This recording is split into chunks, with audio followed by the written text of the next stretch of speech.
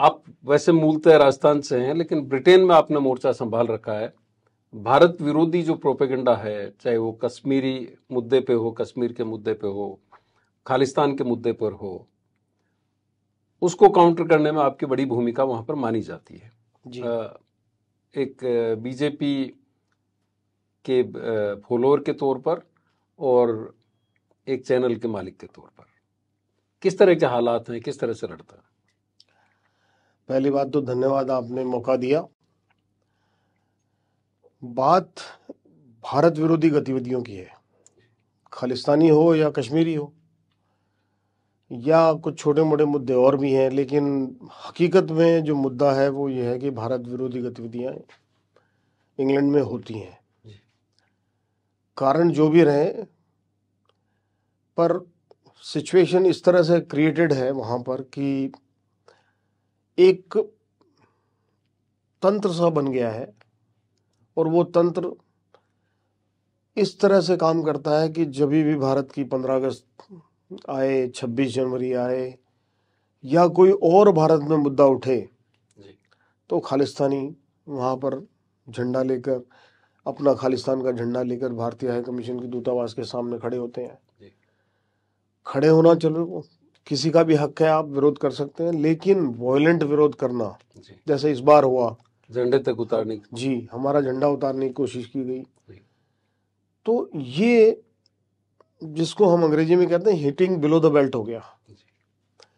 आप विरोध करें, विरोध का एक स्वर होता है, एक तरीका होता है, एक माध्यम होता है, लेकिन अगर आप देश की प्रभुसत्ता पे और देश के कॉन्स्टिट्यूशन के खिलाफ और भारत के झंडे के खिलाफ अगर कुछ इस तरह का कार्यक्रम करेंगे, तो निस्संदेह हम लोग तो खड़े होंगे, हमारा काम है, और हमें भारत के प्रति वो ना करने का कोई कारण नहीं बनता कि भारत के लिए आप अगर विरोध, किसी किस्म का विरोध करते हैं, तो हम उस व्यक्ति, उस समाज, उस टीम और उन लोगों के विरोध में हम खड़े ही हैं, ये आप मान के चलिए।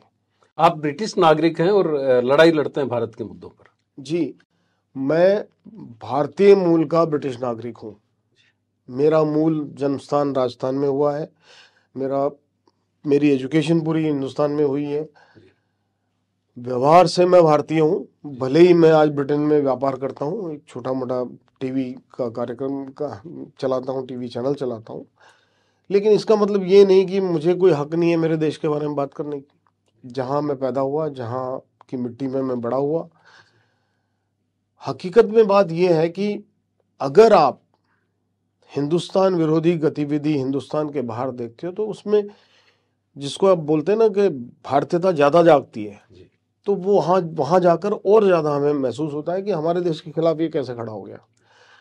अच्छा, इसका एक बड़ा राजनीतिक पहलू भी है।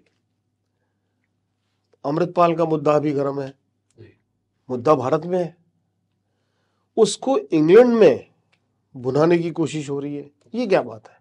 इंग्लैंड का उससे क्या लेना देना है?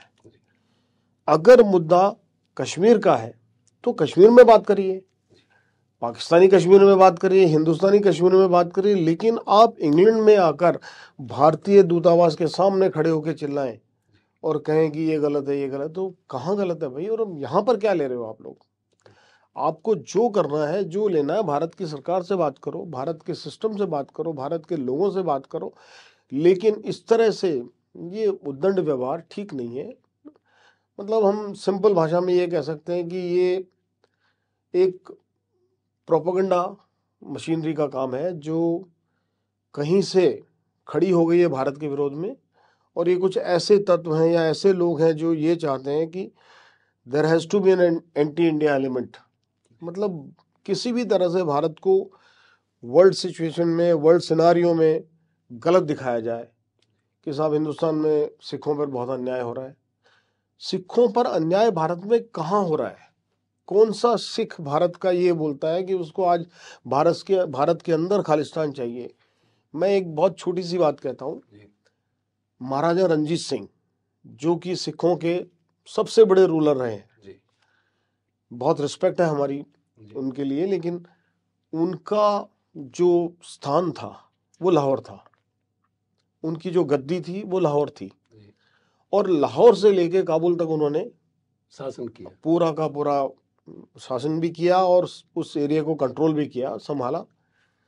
आज जब ये खालिस्तानी और ये जो पाकिस्तानी मिलके वहां आते हैं, वो लाहौर की डिमांड क्यों नहीं करते कि हमें खालिस्तान चाहिए लाहौर में? वो पाकिस्तान की बात क्यों नहीं करते कि हमें वहाँ, वो अफगानिस्तान की बात क्यों नहीं करते? वो सिर्फ बात करते हैं पंजाब की, वो भी हिंदुस्तान में जो छोटा सा पंजाब है उसकी बात करते हैं। और उसी में ही पूरा का पूरा उनका तथ्य सार कहानी जो भी घड़नी है वो वहीं घड़ी जाती है। अमृतपाल का क्या हुआ साहब? अमृतपाल का जो भी कुछ हुआ वो भारतीय कानून करेगा, भारत के का संविधान करेगा, भारत की सरकार करेगी, भारत की पुलिस करेगी, भारत का स्टेट डिपार्टमेंट करेगा। तुम कौन यार? आप कौन है? लेकिन वो मुद्दा गर्म किया जाता है, उसको वहाँ के टैबलॉइड्स, वहाँ की प्रेस, वहाँ की मीडिया उसको उछालती है। और वहाँ जो भी पाकिस्तानी मूल के एमपी हैं या जो खालिस्तानी सो कॉल्ड 2-4 एमपी हैं, जो खालिस्तानी सपोर्टर एमपी हैं, वो उसको वहाँ की पार्लियामेंट में उठाएंगे और बहुत हल्ला मचाएंगे कि साहब हिंदुस्तान ने पता नहीं क्या गुनाह कर दिया है। लेकिन सत्य ये है कि न किसी अच्छे सिख को खालिस्तान चाहिए, न किसी अच्छे कश्मीरी को हिंदुस्तान से अलग होना है।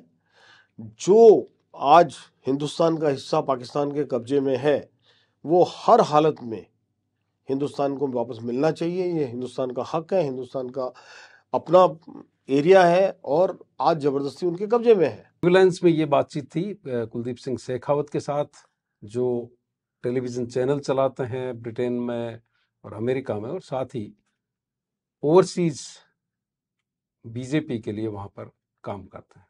देखते रहिए थिंक 360।